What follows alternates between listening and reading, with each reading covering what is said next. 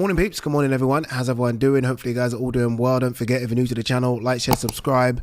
All right, let's do this. Let's see what there is to talk about today. We haven't done a video in what, 2-3 days? So there should be plenty to discuss. All right, let's start here. Father time. Usyk, Crawford and Inoue will all confront him this year. I disagree. I strongly disagree when it comes to Inoue. Inoue's not old. I mean, look, 32 could be considered old in the lower weight classes just because those guys are going hell for leather in their fights, right? A lot of them are going 12 rounds as well. That isn't Inoue. I mean, yes, the weekend's fight was tough, but normally this guy's starching people. I mean, it has been easy work. I can't remember the last 12-round war that he was in. Just because, again, he's knocking everyone out. Denaire, when was that, 2018, 2019? My only issue with Inoue, I've got two, in fact. I guess the biggest issue is the weight classes, right? We all want to see Inoue go up through the weight classes. If he stays at super bantamweight, he's fine. I think he beats Akhmadaliev. It's if he goes up against guys at feather and super feather that might just be too big, too strong, too young, too fresh, right? That could be the problem. Although I think he beats everyone at featherweight as well. So, yeah, I think the weight class could be an issue as opposed to his age and wear and tear. But let's not forget, he's now signed to Riyadh season. Turkey is going to want to make some fun fights. So that might be a case of him being forced to go up to a higher weight class where he's out of his depth in terms of size and strength. But I think Inoue is okay. Father time isn't seeing Inoue anytime soon, I don't think. As for the other two, I mean, this is where it gets interesting. Alexander Usyk, 38 now. 38. Has had some tough fights. Those Tyson Fury fights, we always look at the person that loses and say, my God, it took a lot out of that person. Even the person that wins, it takes a lot out of those fighters as well. Wilder's a great example, right? And Fury. In those Wilder Fury fights, we always look at Wilder as the person that took all the punishment. Fury took a hell of a lot of punishment in those fights, which I think have taken a lot out of Fury. I think Usyk took a lot of punishment against Tyson Fury, and I think it's taken a lot out of him as well. And opposing him, July 19th, is a guy who is fresh, is confident, is strong, and is young, in Daniel Dubois. And that last point, the age, might be a thing. Boxing is not an old man's game. It's not an old man's game. Don't get me wrong, Usyk is incredible, like insanely incredible. Will go down as an all-time great, one of the best to ever do it. But 38 is 38. And what is Dubois? 26, 27? I think Usyk beats Dubois, but I think that fight will tell Usyk a lot about himself if he continues after that fight. That's what I think. So father time might get to Usyk. As for Crawford, yeah, it could get to him as well. I think it's more likely to get to his opponent before it gets to him, and that's Canelo. I think we're seeing father time right in front of us with Canelo. You know what, actually? Sometimes I don't know if Canelo is just coasting so much or we have seen a massive drop-off. There will always be a drop-off. I mean, Canelo is 35 years of age. I think he'll be 36 by the time the fight rolls round. He's been doing this 20 years. 20 years as a pro. What is it, 66 fights or something like that? He's been in some tough fights as well, man. The Golovkin ones just spring to mind, especially the first two. The third one wasn't anything. He suffered a few defeats. I don't know what's left with Canelo. We'll get to Crawford in a second, but I don't know what's left with Canelo. I still think there's something there. I think he's not fighting past gear 1 or 2 in his most recent fights. So Munguia, Berlanga, certainly William Skull.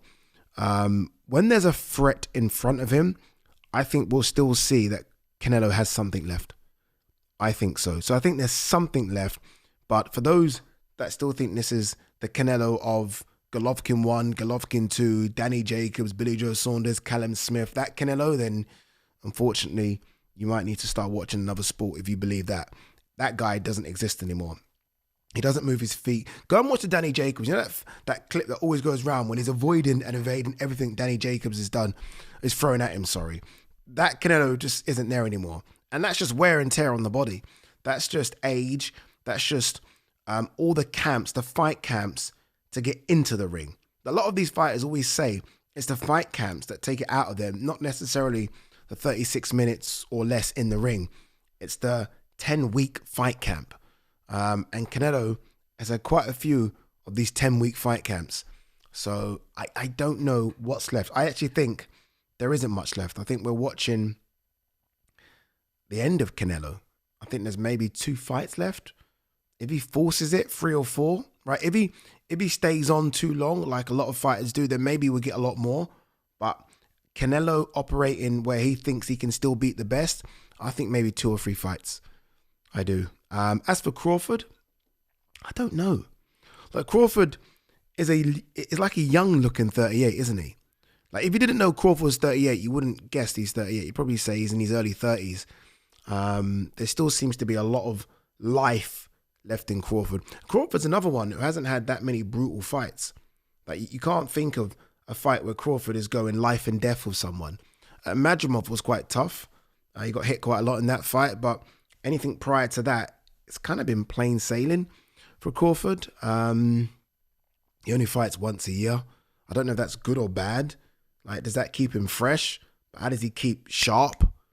I don't know. Look, it's Terrence Crawford, right? We're talking an all-time great. I guess whatever he's doing is working. But I do wonder about him when it comes to this 1 fight a year. Like, surely 2.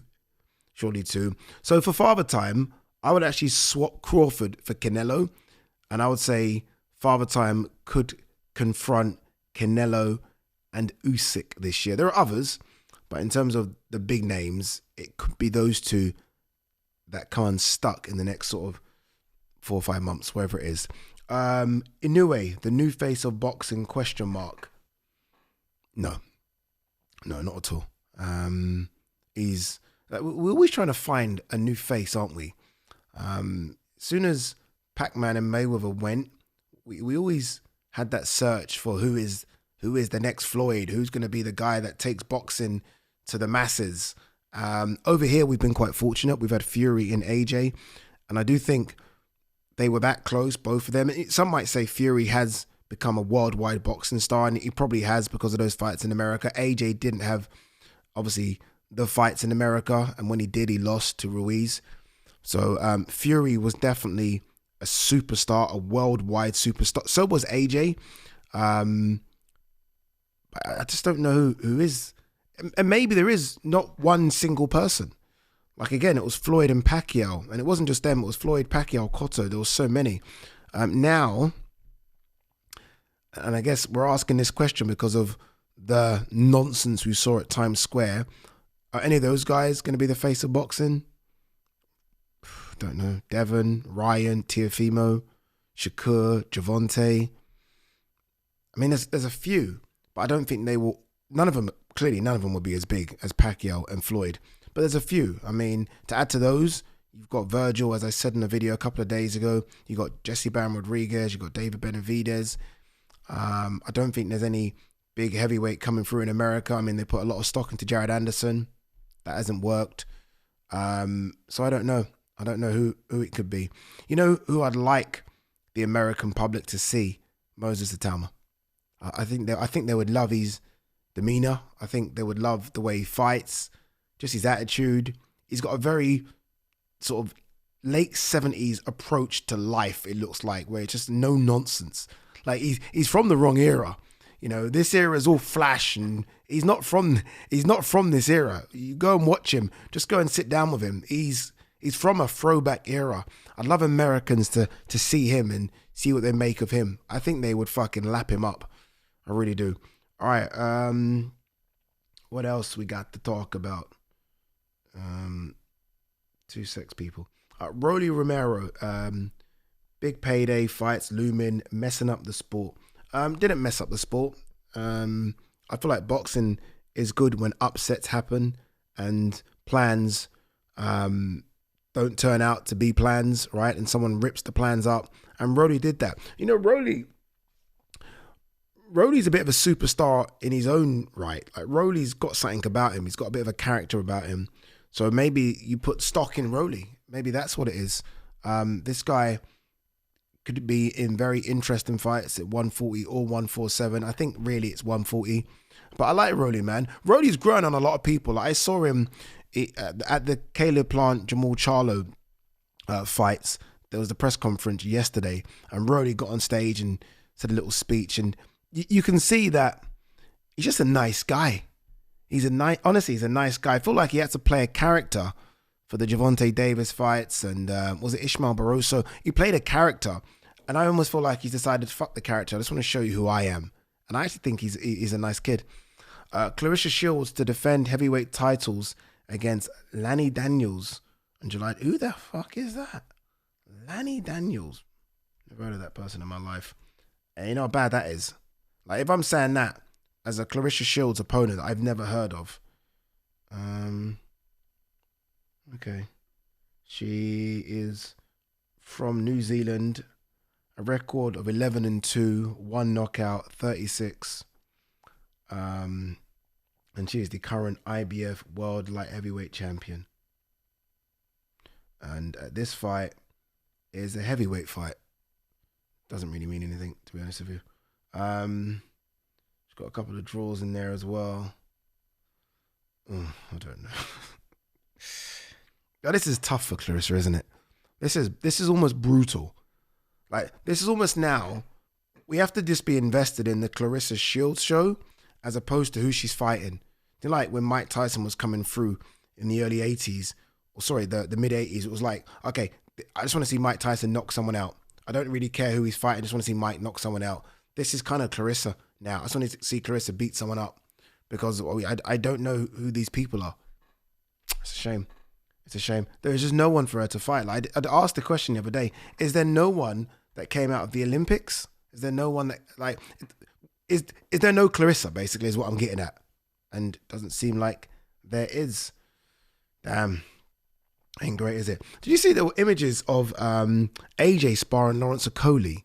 Which, I mean, good for AJ, good for Okoli. I thought AJ was injured. I thought there was a elbow surgery that he was having to do. Like, yeah, something ain't adding up there for me. But that would have been a good sparring session for both, because I know Okoli's not going to hold back. I know that for a fact. And for AJ, it's good that he's in there against a big heavyweight. Okoli's a big heavyweight now. Okoli's 260, 250, 260. He's a big guy. So it's good sparring for both. AJ did say, I saw something when he was ringside at the Canelo fight. He did say that he wants to fight in December. So this will be AJ's longest layoff ever. Bearing in mind, the Dubois fight was, when was that? September? I think so. When was that Dubois fight? So if it was September, that's 15 months out of the ring for AJ. 15 months. That's crazy. Yeah, September 21st. 15 months if he's going to come back in December. I don't know. I don't even know who he can fight if it's not going to be Fury. Like, who's he going to fight? Joseph Parker, maybe? That's literally it, isn't it? Parker, Deontay Wilder, those type of guys. I do think, and I saw Dillian Whyte put something up on his Instagram post saying, fight news coming soon. I do think we are going to see Parker versus Dillian Whyte. I think that's going to happen. I'm not mad at it. I think at this stage, Parker beats Whyte, maybe comfortably, maybe. Especially when you consider how Dillian Whyte looked against Tete. It would have been good for us to see how he looked against Joe Joyce. We didn't have that fight. But this version of Parker is the third best heavyweight in the world. I don't know if Dillian Whyte will get into most people's top 10, top 15. Certainly not people's top 10. Top 15, probably not either. So Dillian Whyte, I think, will lose to Joseph Parker.